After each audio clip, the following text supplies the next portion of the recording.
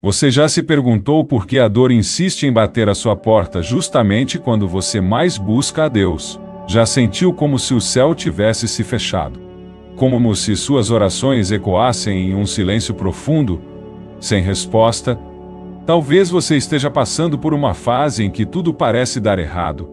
Nada se encaixa. As perdas se acumulam. Os relacionamentos se rompem, e mesmo suas forças espirituais parecem esgotadas, e aí surge a dúvida: Deus, onde o Senhor está? Porque tanto sofrimento? É nesse ponto que muitos se desesperam, acreditando que a dor é um castigo, um abandono ou, pior ainda, um sinal de que Deus não os ama mais. Mas e se eu te dissesse que essa dor, essa lágrima que ninguém vê, esse silêncio que parece insuportável podem ser, na verdade, parte de um plano maior? Sim, há dores que escondem respostas, feridas que revelam verdades profundas. Silêncios que ensinam mais do que 1000 palavras. Há um propósito divino por trás de muitas das lutas que enfrentamos, ainda que nossos olhos não enxerguem de imediato. Neste vídeo, vamos mergulhar juntos em 7 sinais espirituais que indicam que a sua dor não é em vão. Cada um desses sinais é um convite à maturidade espiritual, um passo mais perto do coração de Deus. Você não chegou até aqui por acaso? Talvez esta seja a resposta que você tanto esperava. Ao longo desta reflexão, você vai descobrir que o sofrimento, quando vivido à luz da palavra, pode se transformar em ferramenta de restauração, crescimento e revelação divina. Vamos olhar além do que os olhos veem. Vamos enxergar com os olhos da fé. Porque mesmo quando parece que Deus está calado, Ele continua trabalhando, e a sua dor pode estar gritando algo que a sua alma precisa ouvir. Se você sente que esta mensagem pode tocar alguém, compartilhe. Comente "Eu confio em Deus" se você já sentiu esse vazio, e fique comigo até o final, porque o último sinal pode ser exatamente o ponto de virada da sua caminhada espiritual. Respire fundo, acalme seu coração e permita que Deus fale com você agora, porque talvez neste exato momento Ele esteja usando a dor para revelar algo que você nunca perceberia de outra forma. Quando Deus silencia, mas sua alma começa a escutar mais profundamente, poucas coisas são tão angustiantes quanto o silêncio de Deus. Você já viveu isso, aquele momento em que ora com toda a sua força. Busca respostas com sinceridade, jejua, clama, mas tudo o que recebe é silêncio, nenhum sinal, nenhuma palavra, nenhuma direção, apenas o vazio. E então vem a dúvida, como uma flecha venenosa. Será que Deus me esqueceu? Será que Ele não se importa mais? É nesse ponto que muitos desistem da fé.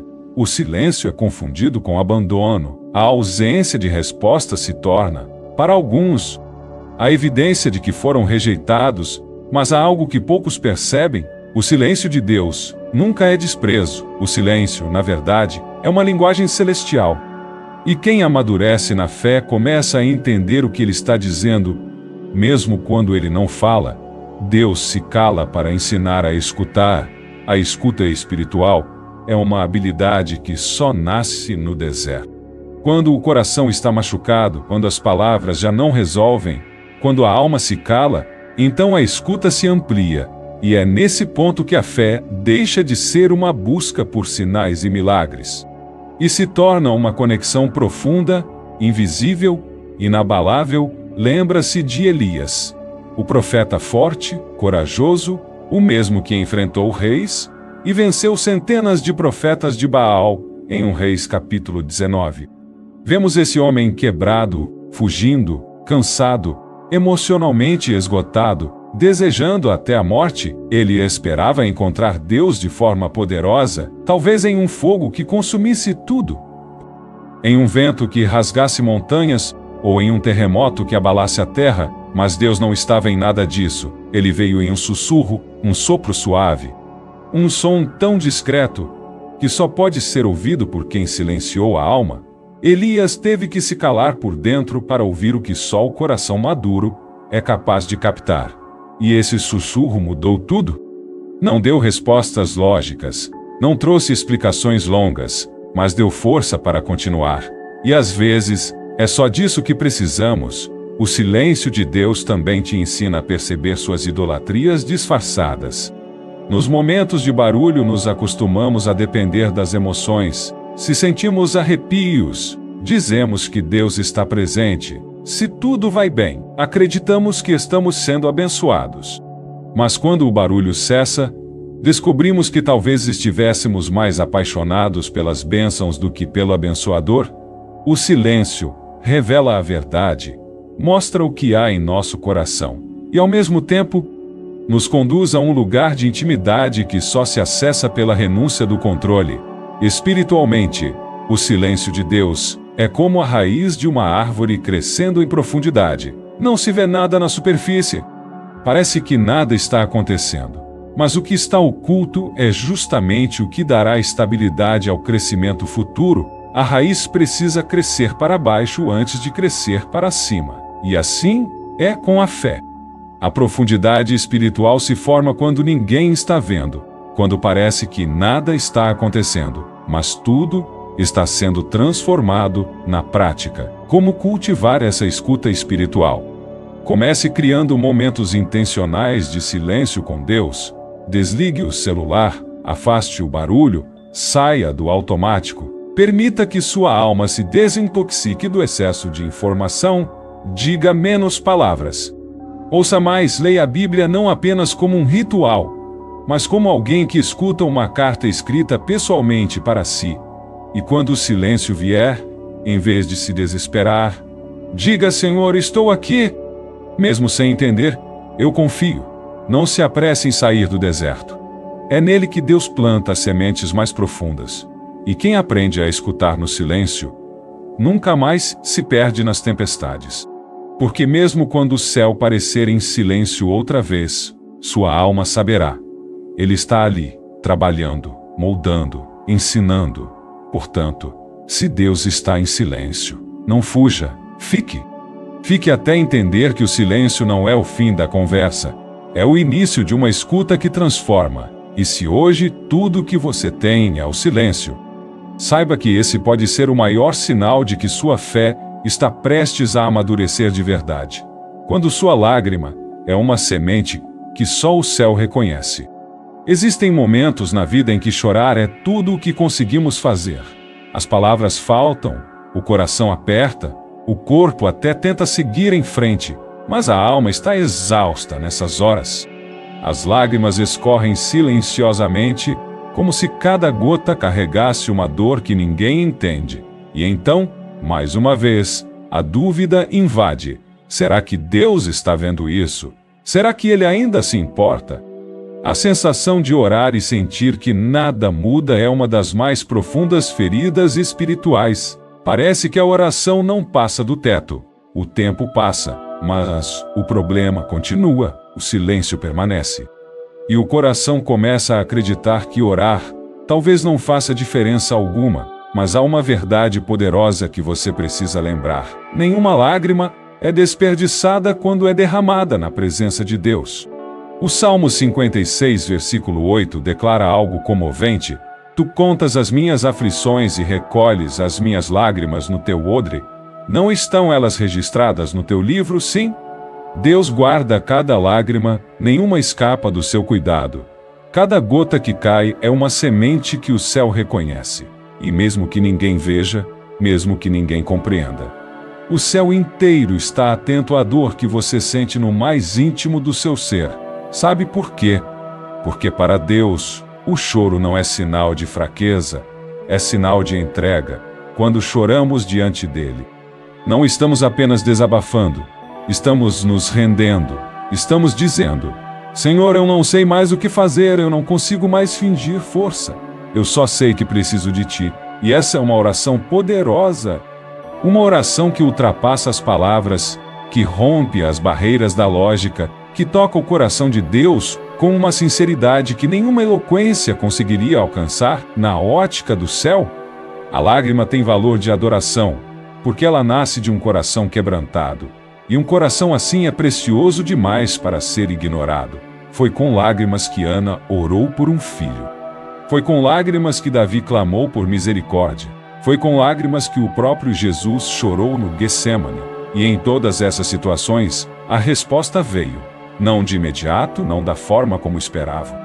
Mas veio, porque a lágrima sincera nunca é ignorada por Deus. Talvez você esteja achando que sua oração não tem valor, que ninguém entende sua luta, que ninguém vê seu esforço, que sua dor está sendo em vão. Mas eu preciso te dizer, você está enganado. Há um altar invisível diante de Deus, onde cada lágrima que você derrama é colocada como oferta viva, e nesse altar, o choro se transforma em testemunho, a dor se transforma em propósito, o vazio se transforma em presença. Imagine por um instante o solo seco do deserto, ele parece estéril, nada floresce. Nenhuma árvore, nenhum fruto, nenhuma esperança. Mas então, uma semente é lançada, uma semente pequena, invisível aos olhos apressados, ela permanece ali, escondida, regada apenas pelas lágrimas de quem não desiste, e quando ninguém mais espera, ela brota. Assim são as sementes de dor na presença de Deus, elas brotam na hora certa, não quando queremos. Mas quando estamos prontos para reconhecer que tudo vem dele, uma forma prática de transformar suas lágrimas em sementes é criar o que eu chamo de diário de lágrimas, não um caderno de lamentações, não um caderno de lamentações, mas um espaço onde você registra suas dores com honestidade diante de Deus. Escreva o que sente, o que teme, o que espera. Registre as orações que parecem sem resposta. E com o tempo, ao olhar para trás, você verá como Deus esteve presente em cada detalhe. O que hoje é choro, amanhã pode ser testemunho. O que hoje é ferida, amanhã pode ser ministério. Não subestime o poder do seu choro. Ele pode ser o início de uma nova fase. Pode ser o sinal de que seu coração está mais sensível à voz de Deus. Pode ser a maneira divina de regar uma promessa que está prestes a florescer. Deus nunca desperdiça uma lágrima sincera. E mais do que isso, Ele nunca despreza o coração que chora diante dele. Então, se tudo o que você tem hoje são lágrimas, ofereça-as, não as segure. Não as esconda. Não as trate como fraqueza, elas são semente, e Deus está vendo, Deus está colhendo, Deus está escrevendo uma história a partir delas, e quando a resposta chegar, você vai perceber que tudo aquilo que parecia em vão era, na verdade, parte de uma colheita que só o céu sabia que viria, quando sua dor desmascara ídolos silenciosos do coração. Nem sempre a dor vem para destruir, muitas vezes, ela vem para revelar, e essa é uma das verdades mais difíceis de aceitar, porque queremos acreditar que nossa fé está firme, que nosso coração está totalmente entregue a Deus, que não temos nada que precise ser corrigido. Mas é no momento da dor que algo profundo acontece, o coração é exposto. Você já parou para pensar que talvez a dor que você está enfrentando esteja mostrando o que realmente ocupa o trono do seu coração? Sim. Há ídolos silenciosos dentro de nós. Ídolos que não se ajoelham no chão, mas se assentam na alma. Ídolos como o controle, a estabilidade, o reconhecimento. Eles são sorrateiros, se disfarçam de sonhos, de metas, até mesmo de bênçãos. Mas quando são ameaçados, nós nos desesperamos porque, no fundo, nos apegamos mais a eles do que ao próprio Deus. A dor tem o poder de arrancar essas máscaras. Ela revela o que realmente governa nossas emoções. Quando tudo está bem, é fácil dizer que confiamos em Deus, mas quando o chão some, quando os planos falham, quando a segurança se desfaz, é aí que descobrimos se nossa fé estava firmada em Deus, ou em algo que Ele nos deu, e isso não é novo. A Bíblia está cheia de exemplos de pessoas que precisaram perder algo para perceberem onde estava seu coração. Pense em Abraão. Deus pediu seu filho, Isaque, não porque Deus desejava tirar o menino, mas porque queria provar que Abraão não amava mais a promessa do que o Deus que a havia feito, e Abraão passou no teste. Ele estava disposto a entregar tudo, até mesmo o que mais amava, porque sabia que Deus era maior do que qualquer promessa. Agora, olhe para sua dor. o que ela está mostrando, o que você sente que perdeu e que abalou sua fé de forma tão intensa. Talvez você perceba que, sem perceber, havia colocado sua identidade em algo que não era eterno. Pode ter sido no casamento, na carreira, na saúde, na aparência, nas posses. Nenhuma dessas coisas é errada por si só, mas quando se tornam o centro da nossa vida, quando nos desesperamos na possibilidade de perdê-las, é sinal de que um ídolo foi erguido no altar do coração. Jesus foi muito claro quando disse que ninguém pode servir a dois senhores. Ou amamos um e desprezamos o outro, ou nos entregamos totalmente a um e negligenciamos o outro. E o nosso coração é um trono. Só há espaço para um rei. Quando a dor chega e desmonta tudo, é como se Deus estivesse dizendo: Filho, é hora de eu voltar a ocupar o lugar que é meu por direito. A metáfora aqui é forte. Imagine um vaso bonito, mas com rachaduras por fora. Ele parece perfeito, mas quando a água entra, ela escapa pelas fendas. A dor é o que revela essas rachaduras.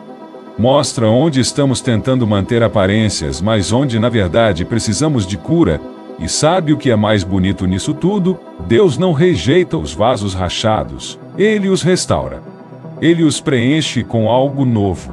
Mas, primeiro, ele precisa mostrar onde está o problema. Na prática, esse processo de revelação exige coragem. Coragem para fazer um exame espiritual sincero. Pergunte-se: onde está a minha confiança? O que, se fosse tirado de mim, faria minha fé desmoronar? Qual área da minha vida, quando é tocada, me faz questionar o amor de Deus? Essas respostas não são fáceis, mas são necessárias, porque Deus não quer apenas nos consolar na dor, Ele quer nos transformar por meio dela. O apóstolo Paulo falou sobre isso quando escreveu que passava por aflições. Mas não estava desamparado, era pressionado, mas não destruído. Ele entendeu que cada dor era uma oportunidade para se aproximar mais de Cristo, para se esvaziar de si mesmo, para se despir dos ídolos e se revestir da graça.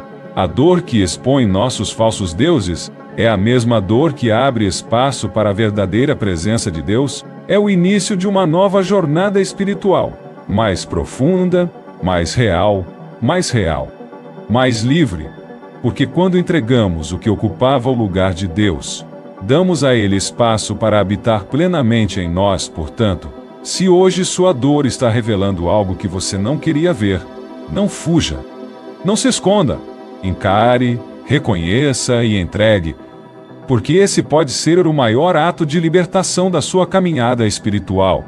Quando os ídolos caem, Deus reina, e quando Ele reina, a paz volta.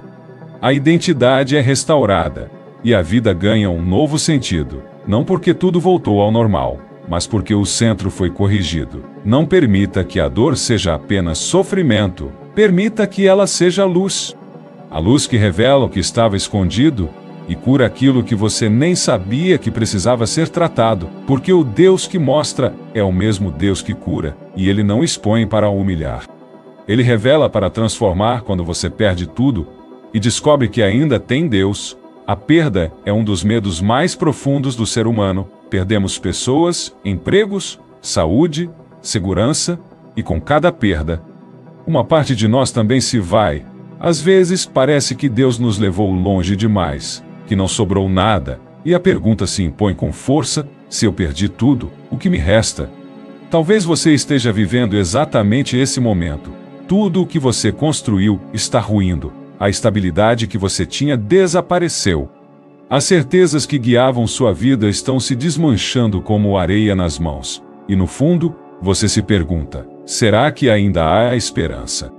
É nesse lugar de perda total que uma das verdades mais profundas da fé é revelada. Quando você perde tudo e ainda tem Deus, então na verdade você tem tudo. Porque tudo o que realmente importa começa no invisível, começa em Deus. Existe uma falsa teologia que confunde bênção com conforto, que afirma que, se Deus está conosco, nada nos faltará. Nenhum sofrimento virá, nenhuma lágrima cairá, mas a Bíblia nunca prometeu uma vida sem dor. O que ela promete é que Deus estará conosco, mesmo quando a dor vier. Olhe para a história de Jó. Um homem íntegro, temente a Deus. Ele não perdeu apenas suas posses. Ele perdeu filhos, saúde, amigos, dignidade, e por um momento parece que perdeu até a Deus. Mas foi exatamente nessa fase que Jó descobriu algo que antes ele apenas conhecia de ouvir falar. No final do livro, ele declara: "Antes eu te conhecia só de ouvir falar, mas agora os meus olhos te veem." Essa é a essência deste sinal. Quando tudo é tirado, o que permanece? Jó descobriu que, no fim, Deus era suficiente, e foi essa revelação que o restaurou. Perder não significa fracassar. Significa ser convidado a uma reconstrução mais profunda. Significa ser conduzido de volta ao essencial. Porque muitas vezes, o que achamos que era nosso alicerce, era apenas fachada. E só quando tudo desmorona, descobrimos a rocha verdadeira. Espiritualmente, isso se parece com o altar de Abraão. Deus pede Isaque, seu filho da promessa. Imagine o conflito no coração daquele pai. O filho que ele esperou por tantos anos, agora sendo exigido como sacrifício, mas Abraão obedeceu, porque no fundo, ele sabia, se Deus pediu, ele também podia restaurar, e naquele altar. Abraão não perdeu seu filho, ele o consagrou, porque quando entregamos a Deus aquilo que mais amamos, não perdemos, santificamos. Talvez hoje você esteja olhando para a sua vida e vendo ruínas. Mas eu quero te lembrar de algo. Deus é especialista em reconstruir a partir do nada. Ele criou o mundo do vazio. Ele ressuscitou Jesus de um túmulo. Ele restaura o que todos dizem que está perdido.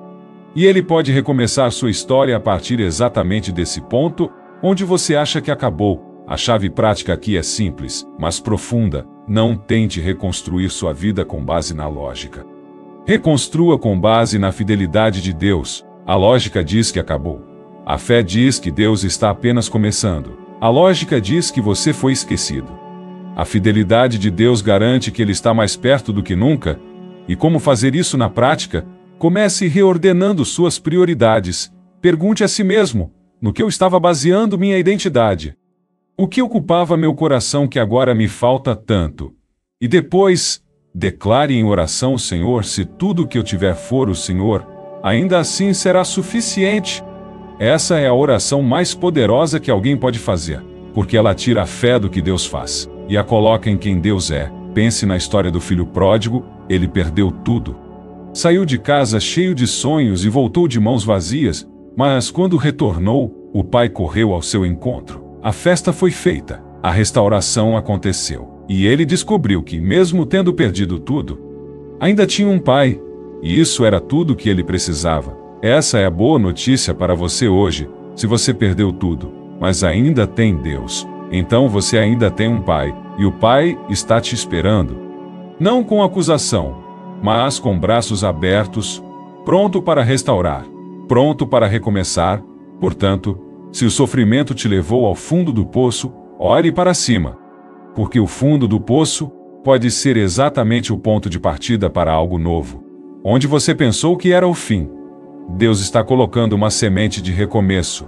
E essa semente é suficiente para transformar tudo. Quando sua ferida começa a curar os outros, há dores tão profundas que parecem não ter explicação, marcas tão silenciosas que ninguém vê, mas que latejam dentro de nós dia após dia. Talvez você tenha passado por algo assim, um trauma, uma perda, um abandono, uma injustiça, algo que feriu não só seu corpo, mas principalmente sua alma. E durante muito tempo você achou que essa dor era inútil, que ela só existia para te machucar. Mas e se essa mesma ferida, que hoje ainda arde, for usada por Deus para curar outros? Essa é uma das verdades mais poderosas e libertadoras do Evangelho. Deus transforma dor em ministério. Ele pega aquilo que foi sua maior vergonha, sua maior fraqueza, e faz disso um testemunho que abençoa outros. É como se ele dissesse: eu não desperdiço nenhuma lágrima, e também não desperdiço nenhuma cicatriz. O apóstolo Paulo entendeu isso com profundidade. Em sua segunda carta aos Coríntios, ele escreveu: é em nossas aflições que podemos consolar os que estão aflitos, com o consolo que recebemos de Deus. Ou seja, a dor que você viveu não foi em vão. Ela foi parte de uma preparação, um processo que te capacitou para entender, acolher e consolar pessoas que estão passando pelo mesmo que você passou. A vergonha é um dos maiores obstáculos nesse processo. Muitos não conseguem usar suas cicatrizes como testemunho, porque ainda estão presos ao medo do julgamento. E se descobrirem o que eu vivi? E se acharem que eu sou fraco demais? Mas preste atenção, o poder da vulnerabilidade é bíblico. Jesus não escondeu suas cicatrizes após a ressurreição. Ele mostrou as marcas em suas mãos a Tomé.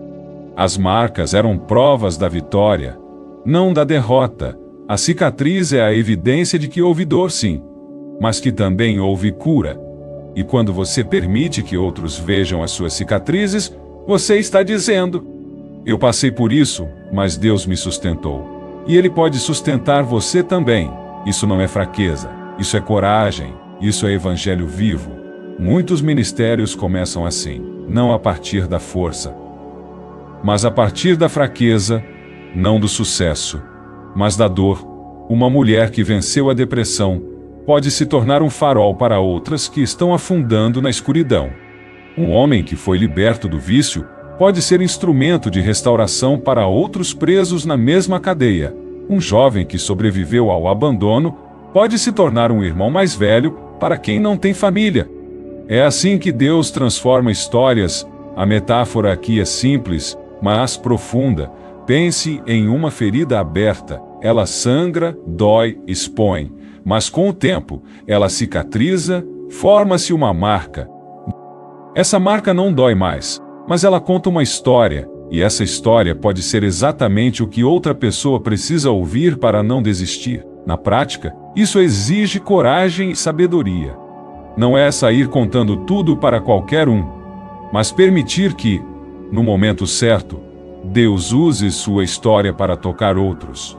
Às vezes será com palavras, outras vezes com empatia silenciosa, outras ainda com ações concretas de cuidado. O importante é não esconder a cura, porque cura escondida não gera vida, mas cura compartilhada salva. Se você sente que sua dor não teve propósito, olhe ao redor. Quantas pessoas estão sofrendo em silêncio o que você já enfrentou? Quantas estão clamando por uma palavra que você poderia dar? Uma palavra que não vem de um livro, nem de uma teoria, mas da experiência real, porque você sabe o que é estar ali. E você sabe que é possível sair dali. E se ainda está doendo, se a ferida ainda está aberta, então continue no processo, não se apresse. Deus não tem pressa para curar, porque Ele cura com profundidade, mas saiba que, quando chegar o tempo, Ele vai usar até mesmo o que te machucou para restaurar outros. Essa é a lógica do reino. É assim que o céu trabalha, portanto, não despreze sua dor, não esconda sua história. O que você viveu pode ser a ponte para o milagre de alguém. A ferida que hoje te envergonha pode se tornar a marca da fidelidade de Deus na sua vida. E quando isso acontecer, você vai perceber: sua dor foi um preparo, sua lágrima foi um investimento. Sua luta foi uma semente e agora está começando a florescer quando a dor obriga sua fé a amadurecer. Há momentos em que a fé infantil que carregávamos já não é suficiente para enfrentar a realidade. Aquela fé que esperava apenas o milagre imediato, que buscava apenas sentir emoções fortes nos cultos, começa a vacilar diante do sofrimento. E então vem a crise e você olha para dentro e percebe que, apesar de todo o tempo que passou na igreja, nunca teve sua fé realmente testada. É aí que a dor entra, não como punição, mas como instrumento de amadurecimento. Porque Deus nos ama tanto que não nos deixa permanecer onde estamos. Ele deseja que cresçamos, e o crescimento espiritual não acontece apenas com palavras bonitas ou louvores animados. Ele acontece no confronto, na luta, no deserto. Muitos acham que fé madura é fé sem dúvidas, que crer de verdade é nunca vacilar. Mas a Bíblia nos mostra o contrário. A fé que cresce é aquela que, mesmo sangrando, escolhe permanecer, mesmo sem entender, decide confiar. Mesmo sem sentir nada, continua orando. Isso é maturidade espiritual. Agir com base na convicção, não na emoção.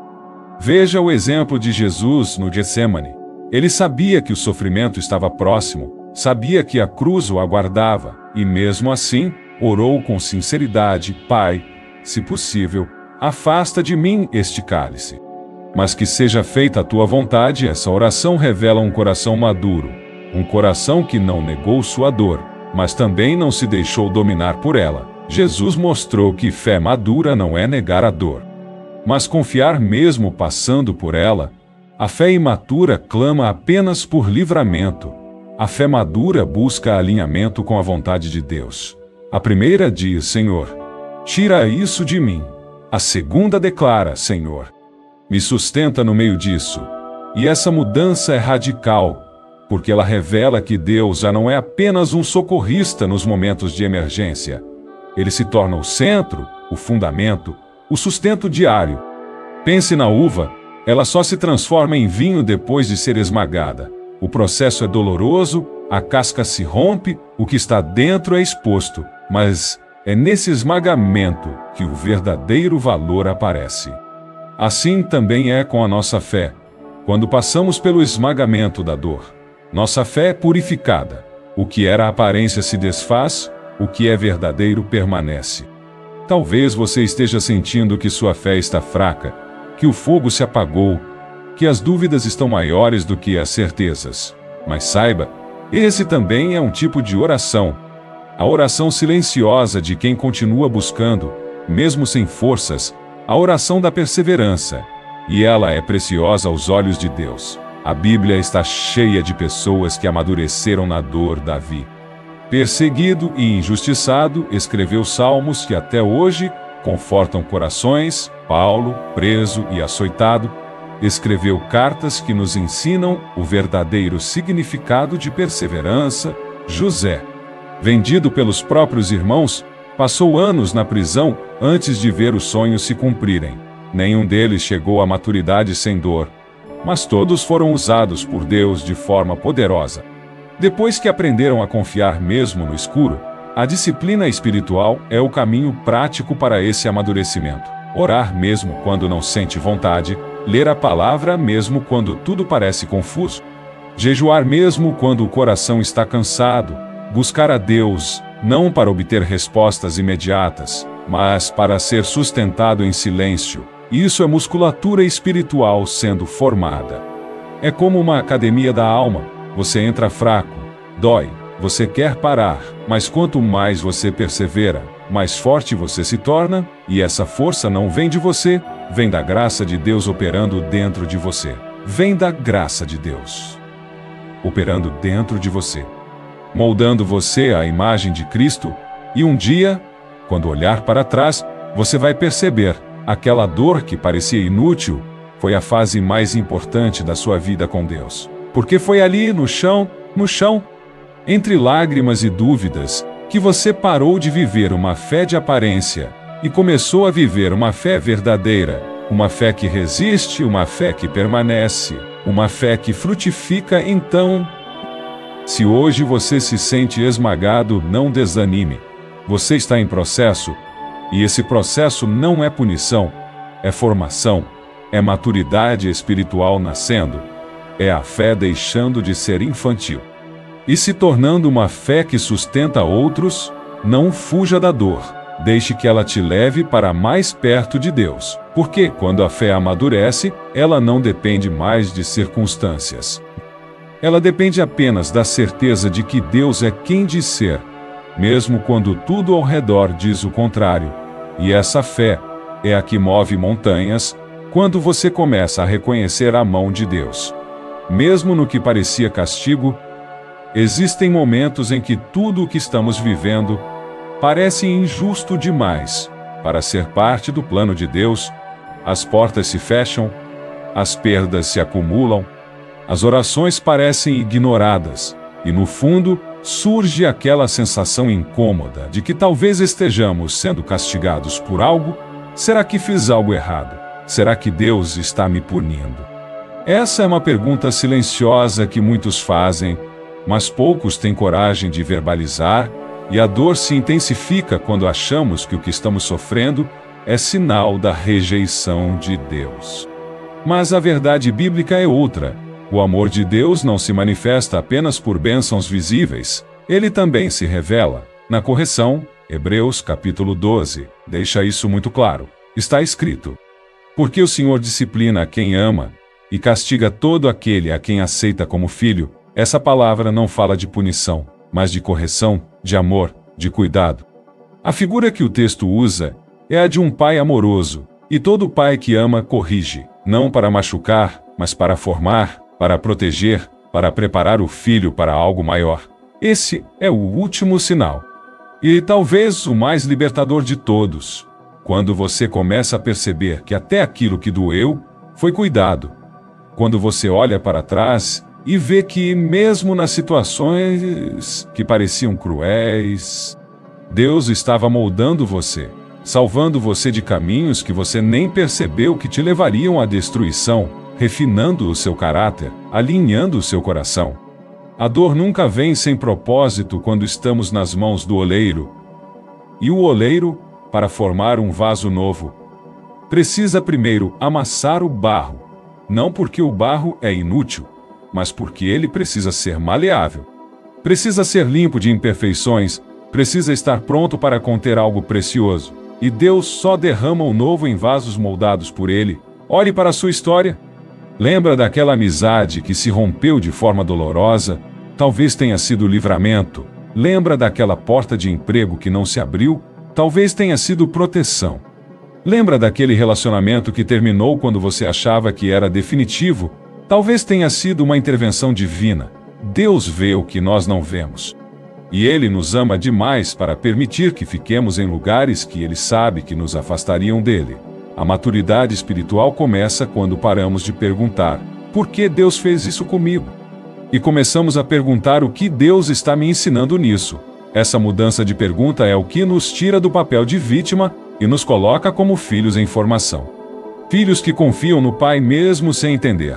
Filhos que reconhecem que a correção também é expressão de amor. Na prática, isso exige entrega. Uma entrega que não é passiva, mas profunda. Que ora dizendo: Senhor, mesmo que eu não entenda, eu aceito. Mesmo que doa, eu confio. Mesmo que pareça castigo, eu sei que é cuidado. Essa oração transforma o coração. Ela não muda a circunstância de imediato, mas muda a sua perspectiva, e quando a visão muda, tudo ao redor começa a ser reinterpretado à luz da graça. É como uma fotografia revelada no escuro. Durante o processo, tudo parece confuso, sombrio, sem forma. Mas quando a imagem finalmente aparece, você entende que cada parte daquele processo era necessária. Assim também é com a vida espiritual. As fases difíceis não são castigos, são câmaras de revelação. É nelas que Deus revela quem Ele é e quem nós somos nele. A correção de Deus não é sinal de que você está longe demais. É sinal de que você ainda é filho, e filho amado. Ele corrige porque ainda tem planos para você, porque ainda vê propósito em você, porque ainda acredita em quem você vai se tornar. Deus não disciplina quem já desistiu. Ele disciplina quem ainda tem um destino com Ele. Portanto, se hoje você está passando por algo que parece castigo, respire. Pode ser que, na verdade, seja o cuidado mais intenso que você já recebeu. Pode ser que o que doeu, na verdade, te salvou. Pode ser que o que pareceu um fim foi o início de um recomeço mais alinhado com o céu. O oleiro não quebra o barro por raiva. Ele quebra para refazer. E quando ele refaz, é para algo maior, mais belo, mais útil, mais cheio da glória dele. O vaso que já foi amassado é o vaso que está mais pronto para conter o novo de Deus. E quando você entender isso, tudo muda. O que antes parecia castigo, agora é graça. O que parecia abandono, agora é cuidado. O que parecia o fim, agora é renascimento. Talvez, ao longo desses 7 sinais, o Espírito Santo tenha sussurrado algo ao seu coração. Talvez você tenha enxergado sua própria história nessas palavras. Suas lágrimas, suas noites sem dormir, suas orações silenciosas, a dor que ninguém entende, mas que Deus conhece profundamente. Você não está sozinho, você nunca esteve, mesmo quando o céu pareceu fechado, mesmo quando as perdas te deixaram sem chão, mesmo quando tudo o que restou foram perguntas sem resposta. Deus estava ali. No silêncio, no escuro, na queda, na cicatriz, Ele estava ali. E Ele está aqui agora, falando com você, tocando as áreas mais sensíveis da sua alma, mostrando que cada dor teve um propósito. Cada deserto teve uma direção. Cada lágrima foi uma semente, e cada perda, um preparo. Você pode até não ver ainda, mas há algo sendo gerado dentro de você. Fé mais madura, dependência mais profunda, cura verdadeira, um novo nível de intimidade com Deus, porque você passou pela dor, mas não passou em vão. Você aprendeu a escutar no silêncio, você entendeu que sua lágrima é preciosa para o céu. Você viu seus ídolos internos sendo derrubados, perdeu o que era temporário e descobriu o que é eterno. Permitiu que suas feridas se tornassem pontes para curar outros. Deixou sua fé ser moldada no fogo. E agora, está começando a reconhecer a mão de Deus mesmo onde antes só via sofrimento. Isso é milagre, isso é transformação, isso é graça. E se tudo o que você sente hoje é cansaço, descanse nessa verdade. Deus ainda está escrevendo sua história, e Ele escreve com precisão, com amor, com eternidade. Você não chegou até aqui por acaso. Essa palavra é resposta. É alívio. É direção. Por isso, eu te convido agora a fazer algo simples, mas poderoso. Escreva nos comentários esta frase de fé: eu confio em Deus. Isso não é apenas um comentário, é uma declaração, é um passo, é um testemunho. E se você conhece alguém que está chorando em silêncio, compartilhe este vídeo. Pode ser que essa palavra seja exatamente o que ela está precisando para não desistir. Inscreva-se no canal e ative o sininho. Aqui, todos os dias, você será lembrado de que Deus não se esqueceu de você. Há um propósito, há um tempo certo, e há uma glória sendo preparada. Mesmo no meio da dor, a tempestade pode estar ao redor, mas Deus está dentro de você. E no tempo certo, tudo isso fará sentido.